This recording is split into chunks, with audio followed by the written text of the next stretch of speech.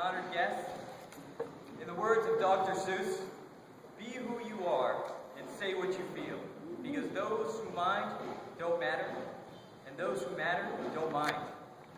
So, who am I? I am Dominick Iannacone.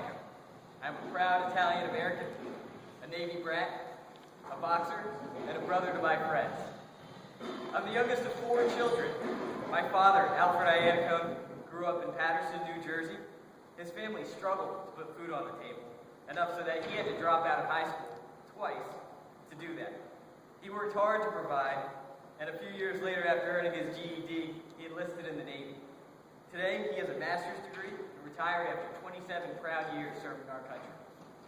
My mother, Hempalavi, came from India when she was 18 and met him at a bus stop when she was going to school trying to learn English.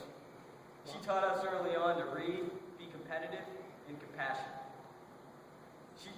She went from having an Indian high school education to being a successful businesswoman working at Bank of America. I have 2 older sisters, Angelina and Monica, and an older brother named Alfred. Although we fought like cats and dogs when we were young, we were very close, and to this day always make sure to spend time together. My family is a very important part of who I am. We lived many places. I was born in Annapolis, Maryland, where I lived for 3 years. One of my earliest memories is sledding down a slope near my house and crashing into a bench that was hidden by snow. As the youngest, you can imagine my oldest sister, Angelina, got in the most trouble for that.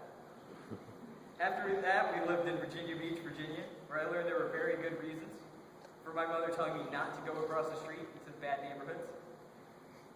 And after that, we were stationed in Spain for a few years. Did you know that they still have circles there instead of traffic lights?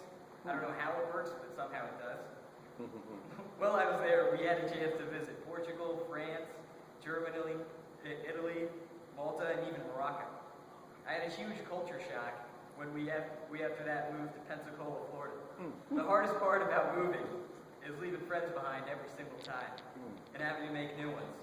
Once I finished high school, I made it to Jacksonville University, where I went to college. Early on, I knew I was a competitive person. If we played cards, I was the first to cry out, "Uno," even if I didn't win. If we were running somewhere, I would sprint for all I was worth. If someone said they were better or faster than me, I would be the first to jump up and say, "Oh, no, you're not." That's what led me to boxing. I played sports such as soccer, basketball, and football, flag football. I don't look like a linebacker, I don't think. I enjoyed them as much as everyone else, but watching boxing got me really excited. One day in college, I thought to myself, I'm going to teach myself boxing. I researched gyms in the area here. I walked into a bunch of them until I found what I wanted. I found a trainer named Sonny Cummings, an old man who was a pro boxer in his days.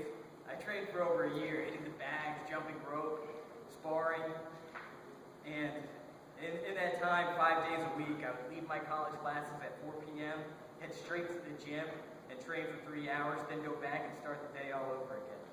One day, I decided I would rather not fall for ready, aim, aim, aim syndrome and go ahead and join the amateurs. I had my first fight in Tampa, Florida in the Golden Gloves competition against a seasoned Puerto Rican fighter who outweighed me by about 15 pounds. He stood a few inches taller than me. He was stocky with 2 tree trunks for legs and wrecking balls for arms. I remember I heard the bell ring. I walked in and I threw one jab, and then suddenly I got a jab, a right hand, and an uppercut in return.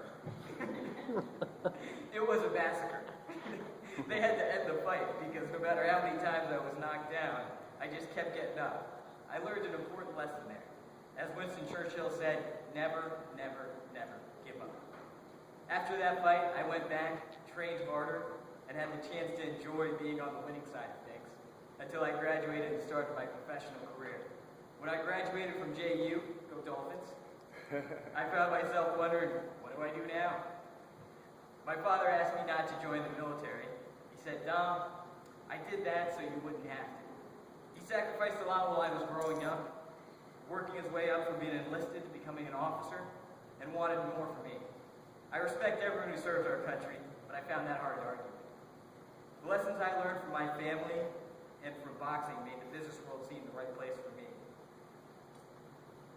Almost 2 years into it now, I've learned how much I didn't know, and other than the fact that I didn't know much. What I've realized is that if you enjoy what you do, it makes waking up in the morning a lot easier. As is, when I jump out of bed ready for work, I sometimes scare my dog. I have a vision of myself years from now, standing in a corporate office as a business executive.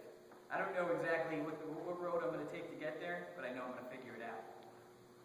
There's a lot that I don't know yet, but I'm excited to be here with you all, continuing to learn more. If there is one thing I know for sure, it's that it's important to be who we are and not one iota less than that. Mr. Toastmaster.